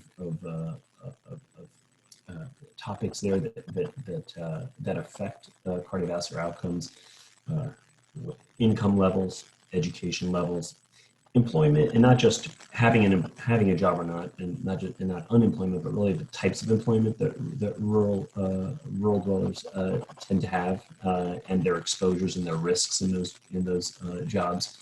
Similarly, type of housing that they live in, type and access to transportation, as well as food insecurity. And then kind of the third broad topic is healthcare delivery, the healthcare delivery system. And right now, there's limited access to timely and acute care. One example, which I'll highlight here in a moment, is thinking about percutaneous coronary intervention or coronary stents when people have an acute myocardial infarction or heart attack. So the percent of people who actually live within an hour of a hospital that's capable of putting in a coronary stent in an acute setting is actually unchanged, despite that the number of hospitals that have cardiac catheterization labs that can do this procedure is actually on the rise. So there's a disproportionate kind of growth in terms of the ability to perform some services, and it's not accessing the rural community. Thinking about quality differences, I'd say that the question it's still out in terms of understanding the differences in quality, just in the sense that we don't really have a lot of rural specific metrics in which to really fully assess quality. And access to providers, is reduced for rural communities and in particular specialists, which I'll get into in a moment. So there are really important delays. There is a significance important in delays in care. And I'll just use acute coronary syndromes or heart attacks as just one example, right? So delays in care can lead to arrhythmias, particularly ventricular fibrillation, which can increase risk of sudden cardiac death. Ongoing ischemia in that setting as well can lead to reduced cardiac function, which again leads downstream to increased risk of heart failure. So coronary reperfusion, whether it's by thrombolysis or preferably by angioplasty and these stents as I referred to, within the first 12 hours can significantly reduce mortality. But there are reasons for delays in getting these kinds of timely treatments in a rural setting, right? There is difficulty with transportation, getting to the hospital. Facilities may not be able to provide the revascularization procedure, as I've mentioned. There's limited access to these PCI-capable hospitals. And then there's a variety of patient-related delays for seeking care. They may have poor symptom recognition. There may be competing demands and life challenges upon them that limit their ability to access care as quickly as they may like or certainly should be done. Responsibilities that are associated with gender roles, and then the time to reach these facilities both can be affected both by distance. Climate can have a bigger impact. A snowstorm in an urban setting may have less of an impact on transportation than a snowstorm in northern Vermont. So there are also challenges. That was kind of a little bit on the patient side of the focus, but there are also challenges with diagnosis and thinking about provider-related issues as well in rural settings. I mean, there can be difficulties in even accessing specialist advice to make a timely diagnosis. Atypical presentations can certainly occur much more often in patients with complex comorbidities. And we know there are more comorbidities in this population. And then there's limitations in understanding biomarkers and testing and interpretation. So there are specific treatment concerns. As I mentioned, the goal is to revascularize these patients within 90 minutes of identification of acute myocardial infarction. And as well, even in cases where treatment can be given without doing the more invasive and preferred stent procedures, even if fibrinolysis is used, what we call rescue PCI, when it's essentially when the stent is done as a secondary treatment after the fibrinolysis is used, is still indicated in a number of conditions, whether there's recurrent, essentially rising biomarkers, ongoing ischemia, shock, if the cardiac function is reduced. So there are actually a number of reasons why, even in that setting, patients still need to be transferred to higher levels of care, and that can be challenging. So, as I said, access to these cardiac catheterization labs is one example that I'll bring up. Hospitals with a cardiac catheterization lab that are capable of performing PCI are increasing, yet, like I said, rural patients continue to lack access. There's a little bit of a dated map, but it was a nice one that I think well illustrates kind of the spread of PCI-capable hospitals throughout the country, and you can see that there are large gaps, in rural areas where it can be well over 100 miles to the nearest facility that can provide that service, and you can imagine the delays in care that then occur in that setting. So thinking about those patients, and why is that also important? Those patients who do get transferred just inevitably have more significant delays. This graph shows some of the temporal trends in the proportion of patients that are getting that coronary stent within 90 minutes of identification in a timely manner. And you can see among patients who don't have to get transferred, who are get seen immediately at hospitals with that capability, over 90% are getting, essentially appropriate and timely care. That percentage drops, tremendously down to around, less than a third, right around 30% of patients when a transfer in care becomes required. And that level of care then is just, subpar and not equivalent to those that are not being transferred. So this leads me to cardiac rehabilitation and its current availability for secondary prevention for patients after they've had myocardial infarction, revascularization, or a bypass, coronary bypass procedure. So lifestyle modification and guideline-directed medical therapy is critical. It's essential to reducing recurrent events and hospitalization. And cardiac rehabilitation is one program that can provide, that can improve these outcomes. And we know that the effect actually increases with duration of participation. So cardiac rehabilitation program delivery has traditionally been in a facility-based model. It's been in brick and mortar institutions where the patients have to travel in to see specialists, to exercise, receive education and their care in a physical structure, and then they return home.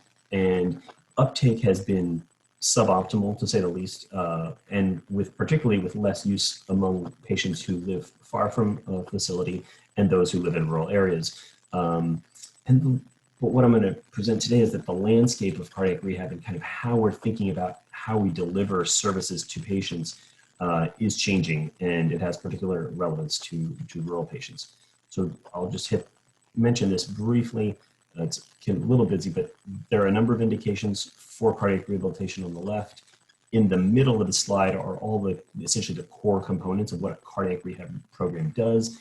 It provides not only supervised exercise training and increase physical activity, but it provides a lot of counseling around weight, blood pressure, lipids, medication adherence, smoking cessation, and mental health support as well. So it's really a multifactorial intervention.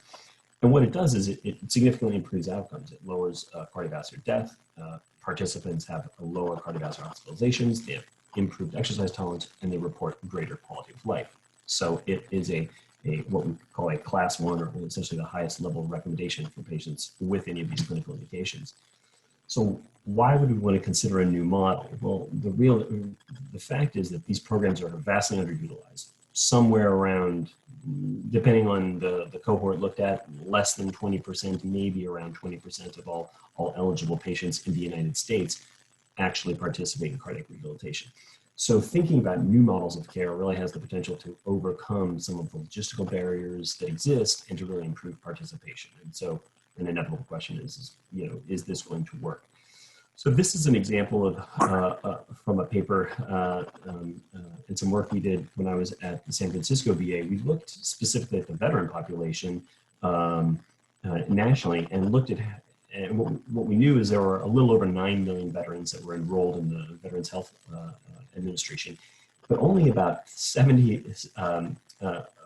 essentially about a quarter, lived close to a cardiac rehabilitation site that was administered by the VA. So the vast majority lived in a place where they didn't have access to a VA cardiac rehabilitation program. So we thought we need to do something about this. We need to think about new models of care, and that's what prompted much of this. What we did also was we did a qualitative study where we asked patients, we asked veterans specifically, what were the reasons and what were the major barriers to participation in cardiac rehabilitation? And you can see here about 68% said there was some factor related to either travel or distance that became a significant barrier. Not unimportantly, patient desire was second on that list at 41%, but that certainly gave us further motivation to at least address the largest barrier, at least as patients were reporting it at the time. So why consider doing it at home? Well, I think doing home-based or these new models of care really offer some unique opportunities to address the logistical barriers, potential options to integrate behavior into daily lifestyle. There may be ways to really make the effects longer lasting. There may patients can have less fear about being physically active when they're alone, because there's a significant amount of fear happens in patients once they've had a heart attack or they've had to undergo a major surgical procedure. And also one of the key elements is we can really incorporate a spouse or family or the community kind of into their lifestyle changes. We can really engage with patients at the home where they are with their surroundings and the people around them, much more than if that patient just had to travel in to a facility and receive their rehab by themselves. So there are a number of potential benefits to doing a home-based program: shorter time to enrollment, there's more flexibility. We're going to hopefully remove these transportation issues. Maybe we can do it at lower cost. Maybe we can actually do it with greater capacity. Certainly a number of questions have come up about, well, it sounds great on paper, but in reality, these have been issues that have been brought up among the community. It's probably going to be less intensive exercise training since it's not supervised. There may be less accountability among the patients.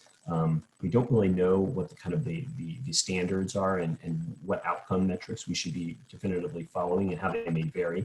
And reimbursement is a tremendous problem at the moment. But I would say that there is hope, because I think as we've looked at these programs, there's actually a lot of opportunity to address some of these potential disadvantages. So yes, maybe the exercise may be less intensive in the short term, but what if the exercise becomes more sustained and incorporated into their lifestyle long term? I'd rather have a patient exercise less daily for life than do a real intensive short-term program and then just go right back to their previous lifestyle. Like I said, we can engage family and friends, which might be great. Maybe we can overcome some of the accountability issues with some technology, maybe some step counting and tracking, or ways where we can know how much physical activity patients are doing when they're home. Certainly more data is coming as people are doing research in this field. Again, monitoring communication with providers, that often becomes a concern, for people that are not being physically seen. But again, their technology and things are going to close the gap, I think, and even just rudimentary of just a phone call can actually address many of these issues. There are concerns about safety and having patients exercise in an unsupervised setting, but it's not entirely supported by the data. And certainly the goal of getting someone to exercise regularly is to actually increase their safety long-term, right? Their strength and their balance, particularly among an aging population. So in fact, I think what we'll find over time is that if we get people to be somewhat more active at home, we're going to see the benefits down the road in the long term. And then there are new reimbursement models kind of being proposed, and that's certainly a work in progress, but that is a legitimate concern at the moment. So one thing we did too is we compared our rural and our urban patients. This is actually at the San Francisco VA, and we just looked and said in the column on the left, who agrees to enroll in a cardiac rehab program, and we were getting, when we approached them and offered them a home program or a referral to a program near their home, we were getting around 50% for both, and it didn't matter whether they were rural or urban. But when we looked at the patients who elected to do cardiac rehab and looked to see who chose to do a home program or who opted to do a facility program, rural patients had significantly greater odds of electing to do a home program, right? They preferred that option. And then in the far right column, you can see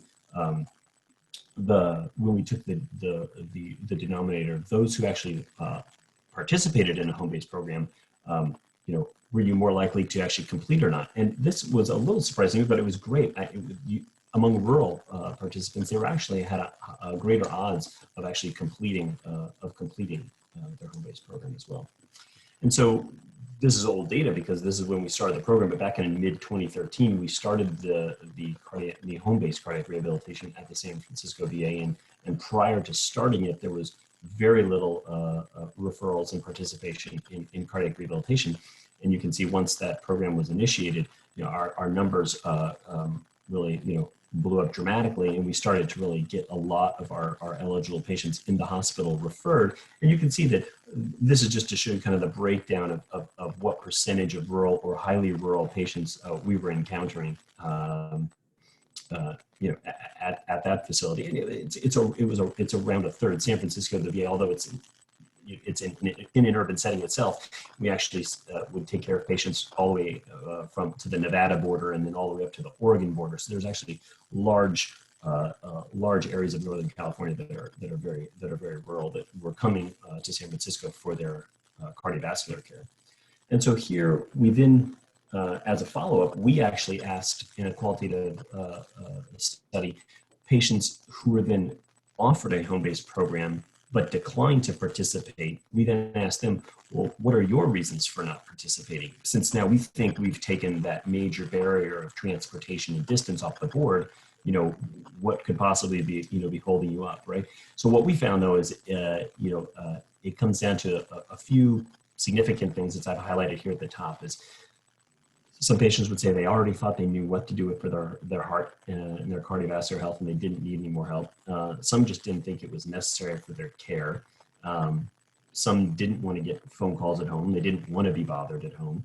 And another significant proportion also agreed that, I'm not interested in making those lifestyle changes. So what it told us is that sure, removing one major barrier is a great step, but still we had to think about the concerns of those patients and address them. And maybe I'll skip over this briefly, but we kind of thought about all the issues. And as you can see, kind of on the far left and near the bottom, travel, was just really one piece of it, right? And that improving care for patients that don't have immediate access to this kind of a program. There were still many other things we had to think about. So we did this PCORI-funded study looking at the outcome, basically, the efficacy and the safety of participating in a home-based cardiac rehab program or participating in a facility one. So there were 235 patients that participated. The patients that were at the San Francisco VA with one of those indications I mentioned earlier, we had a home-based program. So those 120 patients went to a home program, and patients that were at the Ann Arbor VA or the Pittsburgh VA with the same indications, they were offered a facility-based program, and 115 enrolled in the facility program there.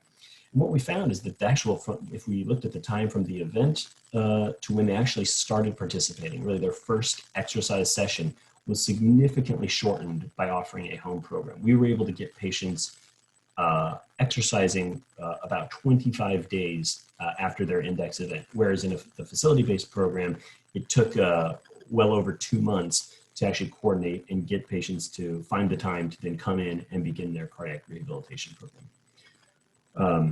Patients in home cardiac rehabilitation were actually also more likely to actually complete all of their sessions. If we just used like a 50% threshold, we found about 76% got to 50% completion, which ended up being about a month and a half's worth of participation in the home program, and only about half of the facility-based patients made it for that long in the program. And if we looked for 100% completion in the home program, about half of our patients completed the entire program, while only a quarter of facility-based patients were able to complete the entire program. And when we also looked at the efficacy in terms of our primary outcome was distance on a 6-minute walk test. How far can you walk essentially on a timed course in 6 minutes? Patients who participated at the facility program were able to increase the distance they walked by about 41 meters at the end of the program, while home-based participants were on average increased their distance they were able to walk by about 95 meters, which was significant. When we broke that down into the subgroup of urban and rural participants, we found essentially kind of the same pattern existed. I mean, that rural participants had greater increases in their 6-minute walk test, although you can see the p-value is 0.17, not statistically significant, and I think it's because we were underpowered for that. We only had 45 rural patients that completed the full study. But why does this matter? So for patients who are unable or can't attend a program, it seemed like this was a good alternative.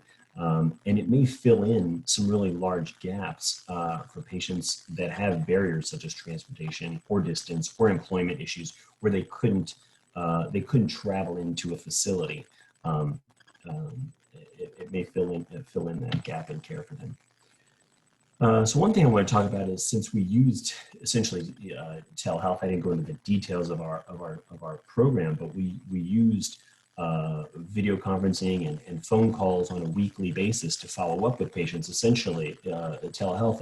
And I just was interested in kind of briefly mention kind of our current use of telehealth under kind of the COVID-19 pandemic. And as we know, there's recent expanded use of telehealth currently. The federal government has expanded authorization for reimbursement, and at the state level, Medicaid is doing similar. And there have been a number of requests to both Congress and Medicare, Medicaid to essentially make these changes permanent, right? To allow for greater and simpler reimbursement, because it seems that there is significant interest in using telehealth in the long term. So patient use of telehealth has increased from about 11% pre-COVID, essentially, now to almost 46% in one consumer survey by McKinsey about have you essentially done any kind of telephonic or video visit with a provider since coronavirus has really, so that's really jumped up dramatically. And pre and post COVID. There are now 19% of patients say that they're very likely, and 43% of patients say that they're somewhat likely to use telehealth services after the coronavirus pandemic. So I find that quite interesting. So in terms of NHLBI's kind of role in thinking about these issues for rural communities, this is just some of our recent data in terms of how many grants in blue and the actual the expenditures related to these grants over about the past decade or so. You can see that the number of grants focused on rural communities and focused on cardiovascular, in this case, what I called cardiovascular health in rural communities is really dramatically on the rise, and expended our money we're spending on that is going up. And so I think it's gathering great interest currently. And that I find promising. Here are just a few highlights of some of those grants. So, like the largest study, kind of most recently undertaking is the rural study, of the risk underlying rural areas longitudinal study. You can kind of think of it as kind of like a Framingham specifically for rural patients. It's going to try to assess the impact of lifestyle, genetics, poverty, minority status, prospectively on the cardiovascular health of about 4,600 participants.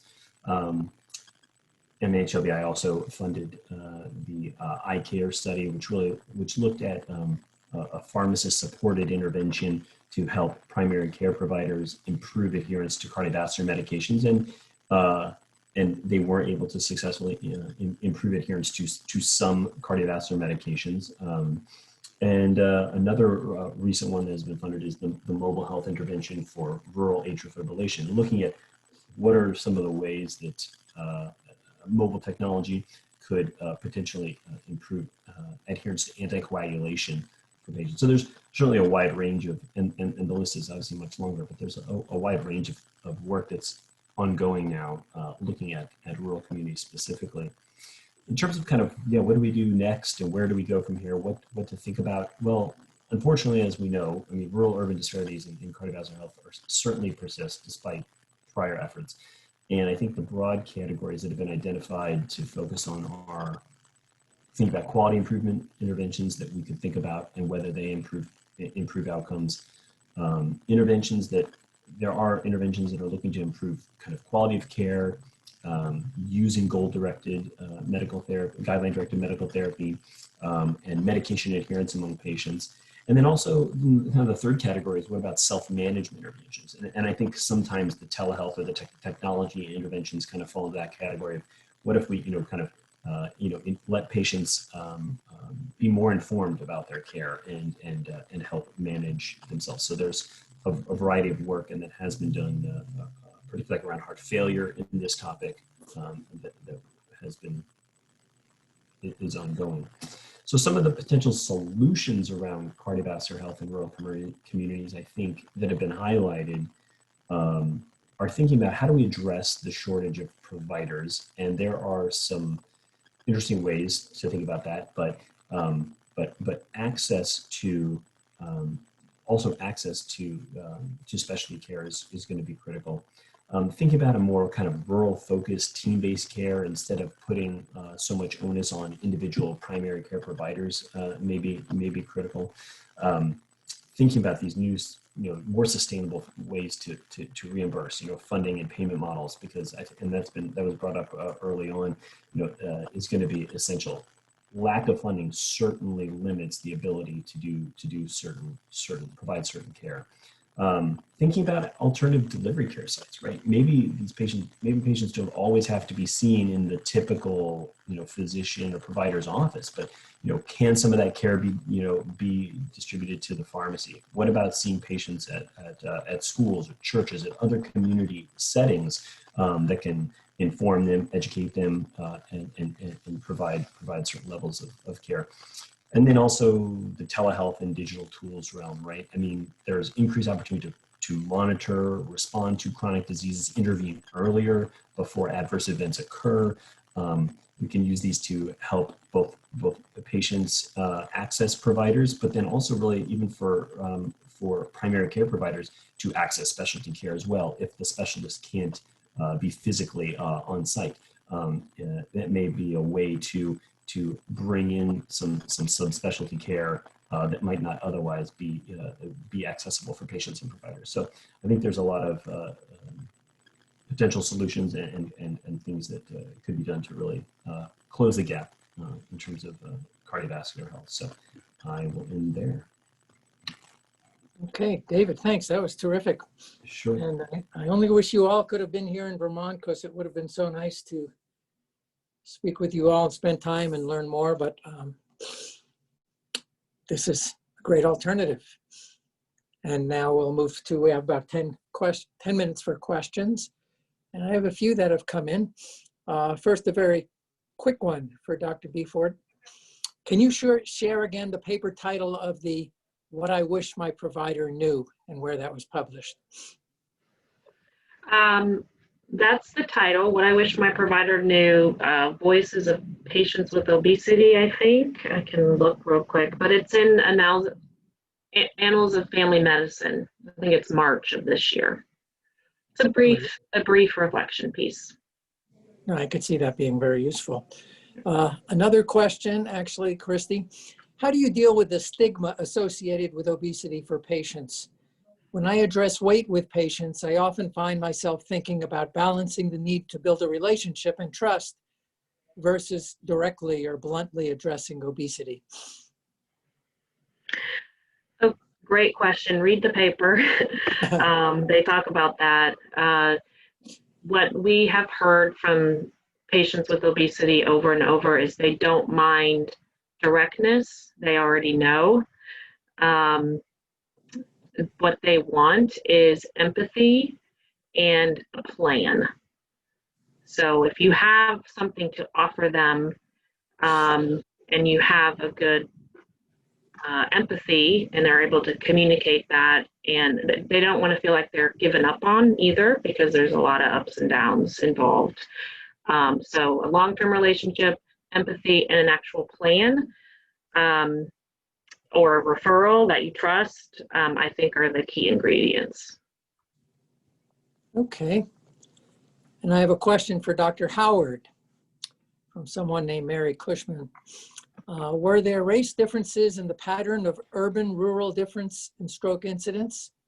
Also, is there anything different about the reasons for the urban-rural difference in stroke incidence for Black people compared to white people?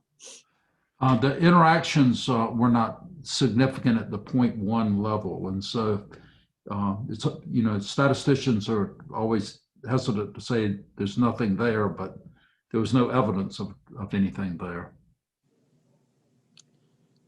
Okay. I have a few more here. Let me see. For Dr. Schopfer, basically the question is your studies of home cardiac rehab in the VA system must have primarily involved men. Do you think the same data would be applicable for women? Yeah, no, that's fair. We had 6% men because it was a VA study, and particularly because that's who that older cohort tends to be among veterans. Although I have no specific reason to suspect it would be different, I certainly can't comment on on the actual effect in women. I mean, we were empowered to certainly look at any differences there, but I think, to be honest, part of me actually thinks that sometimes these new models might be potentially more effective, especially if, because right now we know that women participate in cardiac rehabilitation much less than men, even when offered, right? And so some of that gets to some of the issues around, they're taking care of the house. They're often taking care of other people in the household, and they don't feel like they have the ability to leave the house for hours at a time, multiple days a week, right? So in theory, bringing services to them where they would be able to accommodate them, it would maybe be more effective. Okay, and now I have a double barrel question, again for Dr. Schopfer, part of which I can help answer. To Dr. Schopfer, you mentioned that a barrier to cardiac rehabilitation is lack of patient motivation. As a physician, we frequently recommend lifestyle changes and exercise, yet many patients fail to do so. You find more patients are willing to engage in home cardiac rehab versus in-person cardiac rehab if both options are available. I think you did address that a bit, but you could do that again. And then another question that I might comment on is, how do we ensure safety and appropriate exercise prescription without baseline stress testing or 6-minute walk test? And one comment I would make is that early in COVID, we closed our cardiac rehab program here at the University of Vermont. So I and Dr. Kadenga, my colleague, had to meet with patients by Zoom or by phone and recommend a home walking program. And I basically told people, you're walking around the house, take that speed outdoors and gradually go further.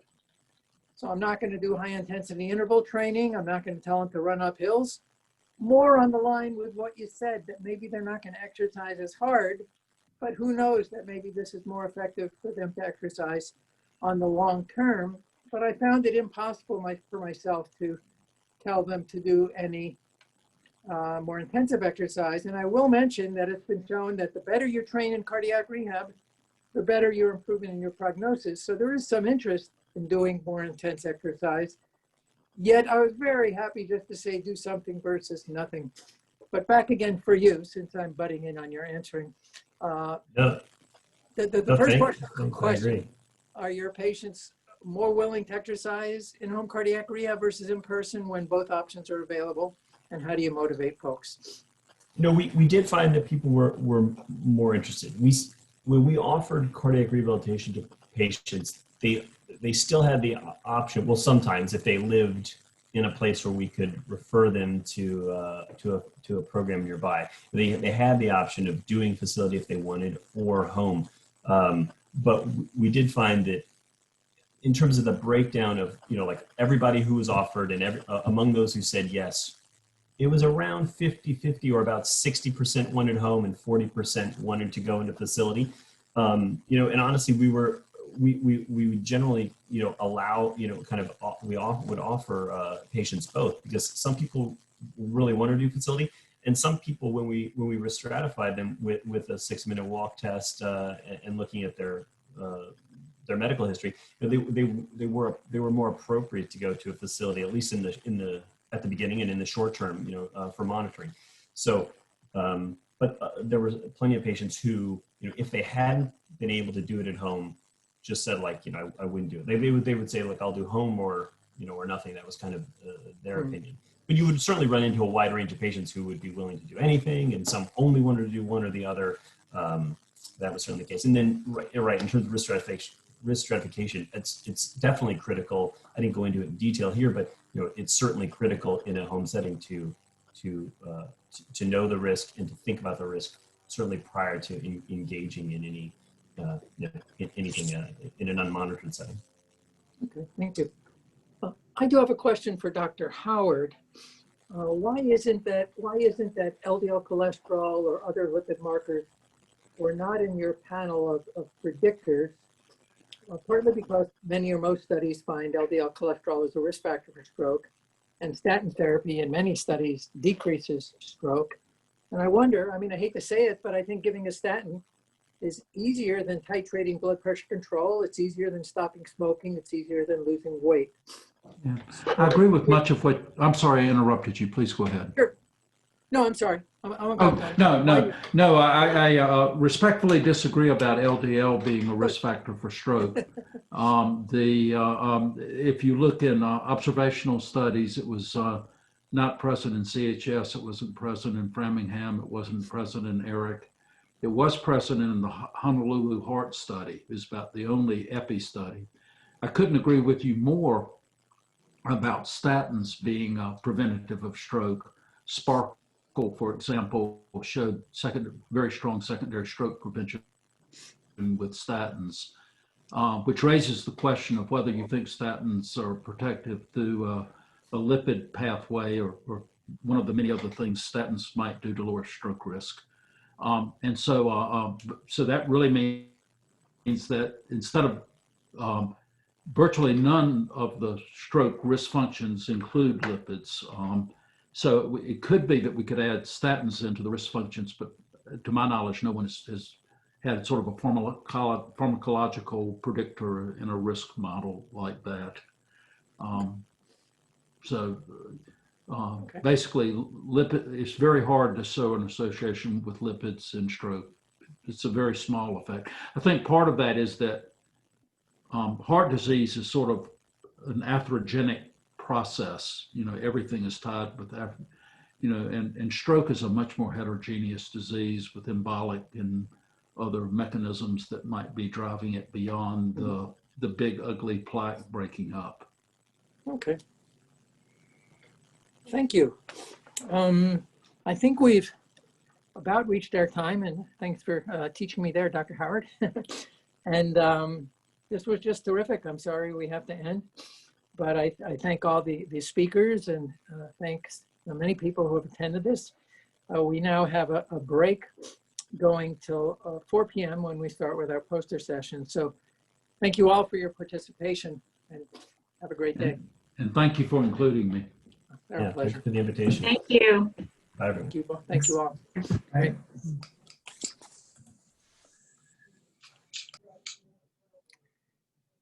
Thanks, Nicole.